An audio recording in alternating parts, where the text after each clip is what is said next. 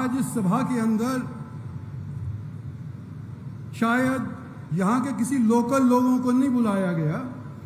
इस चीज़ की मुझे आपत्ति है कि जहाँ प्रधानमंत्री ने यूं कहा कि 14 अगस्त को आप मनाओ विभाजन दिवस के तौर के ऊपर, और क्योंकि यहाँ नितिन नवीन आए हैं तो इसलिए यहाँ पर मैं उपस्थित हुआ। पर नितिन जी, आपसे भी मैं ये पूछना चाहता हूँ कि ये पंजाबी कार्यक्रम करने वाले जिस हल्के के एमपी को आमंत्रित नहीं कर सकते, तो क्या आपके बिना आए हुए मेरा यहाँ आना उचित था? अगर ये प्रोग्राम पानीपत के अंदर हुआ होता तो क्या संजय भाटिया को ना बुलाया जाता? और अगर यह प्रोग्राम करनाल के अंदर होता तो क्या मनोहर लाल जी खट्टर को नहीं बुलाया जाता? और आज सभी यहां बैठे हुए पंजाबियों को मैं अपनी तरफ से दिल से कह रहा हूं कि मैं आपका धन्यवाद करता हूं कि 6 बार मैंने आप लोगों से वोट मांगी है और 6 बार आप लोगों ने मुझे यहां से जिता करके भेजा है, क्योंकि भारतीय जनता पार्टी की टिकट पे मैं लड़ रहा था। सवाल इस बात का है कि आप हमारे को अपना नहीं समझते। कम से कम ये जो लोग जिन्होंने कार्यक्रम आयोजित किया है, बोधराज सीकरी जी, कभी आप इलेक्शन लड़े हो? स्वामी धर्मदेव जी, मैं आपका अजीज हूं, आपने मुझे आशीर्वाद दिया हुआ है। एक बार आपके भी मन में आई थी कि राजनीति कर लूं, नतीजा क्या हुआ था आप जाकर के पूछ लेना। आज हरियाणा पहला प्रदेश है जिसने पंजाबी को मुख्यमंत्री बनाया है। पहली बात तो मोदी जी ने बना दिया खट्टर साहब को, लेकिन दूसरी बात तो ये अपने आप बने ना। हरियाणा पहला प्रदेश है जहां से सेना का चीफ, मेरे काल के अंदर 2 सेना के चीफ बने हैं हरियाणा से। मैं तो कहूंगा दोनों हरियाणा वासी थे, एक लेफ्टिनेंट जनरल सुहाग और दूसरा लेफ्टिनेंट जनरल कपूर। पर ये प्रोग्राम को आयोजित करने वाले शायद यूं कहेंगे कि एक तो हरियाणा का था और दूसरा पंजाबी था। ये जनरल साहब ये पहले ही नहीं बुलाते मेरे को, ये इतना ही बुला दिया, वही गनीमत है। और इस चीज़ के लिए निबिन साहब आपका धन्यवाद करता हूं और हमारी मैडम का धन्यवाद करता हूं कि पार्टी का प्रोग्राम नहीं होता तो ना मेरे को बुलाया जाता, और जिस तरह से मेरा नाम भी नहीं था इसके अंदर भाषणबाजी के अंदर, तो मेरे को बोलने भी नहीं।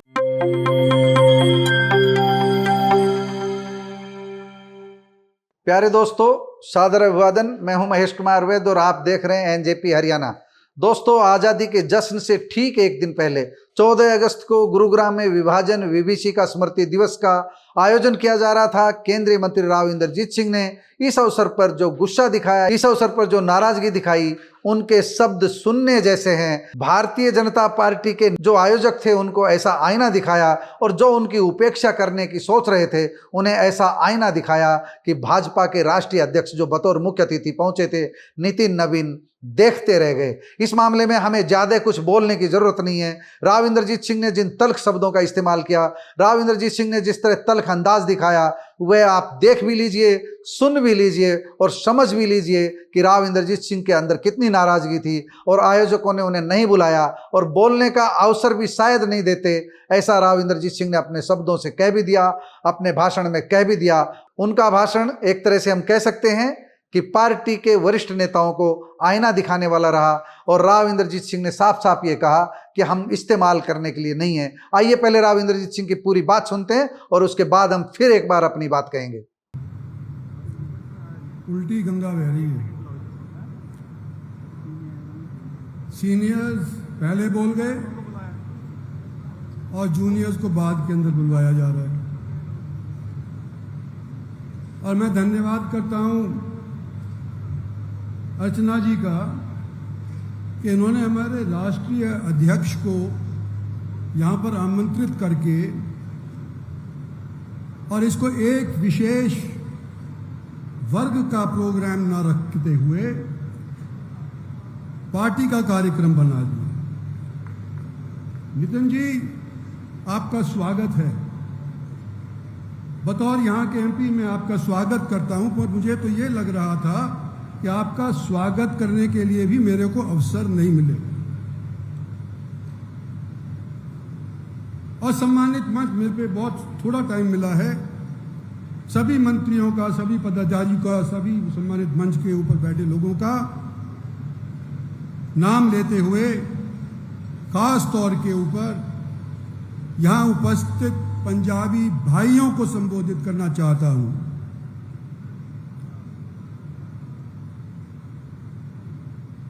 आज के दिन आप पंजाबी बोलते हैं, पाकिस्तान के उस हिस्से से आए हैं जो लाइन के परे था, हिंदुस्तान की लाइन के परे था। और जैसे गोरों ने किया था, क्या किया था कि जो हिंदुस्तान और पाकिस्तान के बीच के अंदर लाइन जुड़ी हुई है बॉर्डर की, उसको एक के ऊपर दूसरा पलट करके, और जो वहां के हिंदू लोग थे उनको हिंदुस्तान के अंदर भेज दिया। हमारे यहाँ गुड़गांव के अंदर, हरियाणा के अंदर डेरा गाजी खान वाले भी आए हैं, मियाँ वाले भी आए हैं, और कई जगहों के आने आए हैं। आज इस सभा के अंदर शायद यहाँ के किसी लोकल लोगों को नहीं बुलाया गया। इस चीज़ की मुझे आपत्ति है कि जहाँ प्रधानमंत्री ने यूं कहा कि 14 अगस्त को आप मनाओ विभाजन दिवस के तौर के ऊपर, और क्योंकि यहाँ नितिन नवीन आए हैं तो इसलिए यहाँ पर मैं उपस्थित हुआ। पर नितिन जी, आपसे भी मैं ये पूछना चाहता हूँ कि ये पंजाबी कार्यक्रम करने वाले जिस हल्के के एमपी को आमंत्रित नहीं कर सकते, तो क्या आपके बिना आए हुए मेरा यहाँ आना उचित था? और मैं ये भी कहना चाहता हूँ, फर्जन संजय भाटिया जी बैठे हैं यहाँ पे, अगर ये प्रोग्राम पानीपत के अंदर हुआ होता तो क्या संजय भाटिया को ना बुलाया जाता? और अगर यह प्रोग्राम करनाल के अंदर होता तो क्या मनोहर लाल जी खट्टर को नहीं बुलाया जाता? और आज सभी यहां बैठे हुए पंजाबियों को मैं अपनी तरफ से दिल से कह रहा हूं कि मैं आपका धन्यवाद करता हूं कि 6 बार मैंने आप लोगों से वोट मांगी है और 6 बार आप लोगों ने मुझे यहां से जिता करके भेजा है, क्योंकि भारतीय जनता पार्टी की टिकट पे मैं लड़ रहा था।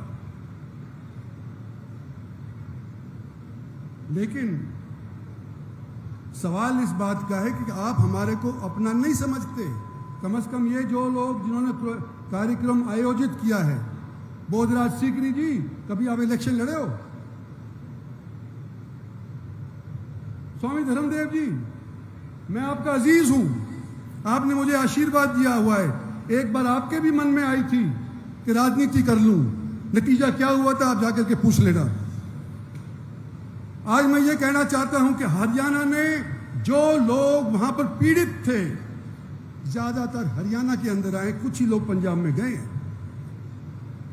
सारे मिले हुए पंजाब के लोग आज हरियाणा के अंदर आए हैं, और हरियाणा के मूल वासियों ने उनका स्वागत किया है, उनका धन्यवाद किया है। मैं कहानी बताना चाहता हूं आपको कि जब हरियाणा पंजाब से अलग हुआ था हिंदुस्तान के अंदर, तो उस टाइम के ऊपर मैं कॉलेज जाने शुरू हुआ था। और जैसे जो पढ़े लिखे लोग हैं और कभी कॉलेज गए हैं, तो उनको मालूम होगा कि जब कोई फ्रेशर जाता है तो उसकी रैगिंग हुई, और रैगिंग होती है। और मेरे से क्या रैगिंग के अंदर कहा गया कि तुम जब यहां पे आए हो तो ये बताओ तुम कौन से प्रांत से, कहां से आए हो। तो मैंने बताया कि मैं हरियाणा से आया हूं, नया नया हरियाणा बना था। और मेरे को लिखने के गया, एक पूरी कॉपी 1 दिन के अंदर भरने को कहा गया, और उसमें ये कहा गया, जो अंग्रेजी जानते हैं, I come from Haryana, the land of agriculture but no culture. ये हरियाणा के बारे के अंदर उस टाइम के अंदर सोच थी। और आज के दिन मैं कई बार कह चुका हूं और दोहराता हूं, हरियाणा के अंदर अगर संस्कृति और कल्चर आया है तो ये पंजाबी लोग जो हमारे बीच के अंदर सामने बैठे हुए हैं, उन लोगों के माध्यम से आया है। आज हरियाणा पहला प्रदेश है जिसने पंजाबी को मुख्यमंत्री बनाया है। पहली बार तो मोदी जी ने बना दिया खट्टर साहब को, लेकिन दूसरी बार तो ये अपने आप बने ना, मुख्यमंत्री थे। हरियाणा पहला प्रदेश है जहां से सेना का चीफ, मेरे काल के अंदर 2 सेना के चीफ बने हैं हरियाणा से। मैं तो कहूंगा दोनों हरियाणा वासी थे, एक लेफ्टिनेंट जनरल सुहाग और दूसरा लेफ्टिनेंट जनरल कपूर। पर ये प्रोग्राम को आयोजित करने वाले शायद यूं कहेंगे कि एक तो हरियाणा का था और दूसरा पंजाबी था। मैं आज के दिन यूं कहना चाहता हूं पंजाबियों भाइयों, मैं आपका अजीज हूं, आपने मेरे को बनाया है, लेकिन एक बात ध्यान रखें, ताली दोनों हाथ से बजती है। आज हरियाणा के गुड़गांव के अंदर जहां पर हम बैठे हुए हैं, पहला पंजाबी एमएलए किसने बनाया? यहां के लोगों ने, सिर्फ पंजाबी वोट से नहीं जीता। धर्मवीर गाबा नाम था, सब ने मिल करके उसको जिताया, जब जाकर के धर्मवीर गाबा यहां से 4 बार एमएलए बने। यह भी कहना चाहता हूं कि सिर्फ पंजाबियत के ऊपर या सिर्फ इसको राजनीतिक तौर के ऊपर लेने के लिए आप लोगों को, खास तौर पे जो ये कार्यकर्ता के आयोजित करने वाले लोग हैं, उनको सोचना चाहिए कि सिर्फ पंजाबी नाम के ऊपर अगर कोई इलेक्शन लगता है, मदान इंडिपेंडेंटली 48,000 वोट ले गया लेकिन जीता नहीं। आज के दिन हरियाणा के अंदर, खासतौर पे गुड़गांव के अंदर 36 कॉर्पोरेटर्स हैं, 36 कितने पंजाबी हैं? 2। आज गुड़गांव के अंदर आप बुलाएं और गुड़गांव के लोकल वादियों को महत्व बनाते हैं, जिन लोगों ने हमारा एक चीफ मिनिस्टर बनाया है, मेयर डिप्टी मेयर बनाया, बतौरा बैठा होगा यहां पे कहीं पे। लेकिन आप लोगों ने तो इस तरह से कर लिया जैसे कि आपकी हाफ चीफ बना दिया, चीफ मिनिस्टर बना दिया, यहाँ के एमएलए गुड़गांव के अंदर बना दिया। तो भाइयों, मेरा आपसे कहना है कि आप लोग भाजपा पार्टी के साथ रहो, जो आपके माध्यम से ये राजनीति, ये कुत्ता खींचने वाले जनरल साहब आगे, ये जनरल साहब ये पहले ही नहीं बुलाते मेरे को, ये इतना ही बुला दिया, वही गनीमत है।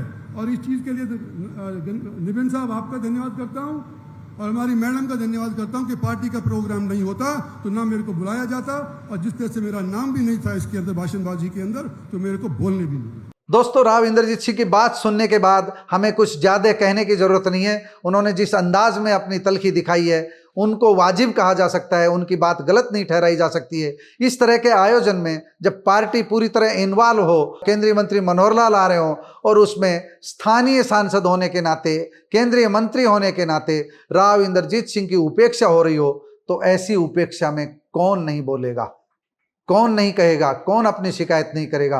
राव इंद्रजीत सिंह ने जो हिम्मत दिखाई है उसकी हर जगह तारीफ हो रही है, लेकिन राव के जो विरोधी हैं वह आज भी आलोचना कर रहे हैं, आज भी ये कह रहे हैं कि राव को ऐसा नहीं कहना चाहिए था। गेंद आपके पाले में छोड़ रहे हैं, आपको अपनी राय देनी है, कमेंट बॉक्स में जाइए, अपनी राय जरूर दीजिए। नमस्कार, धन्यवाद।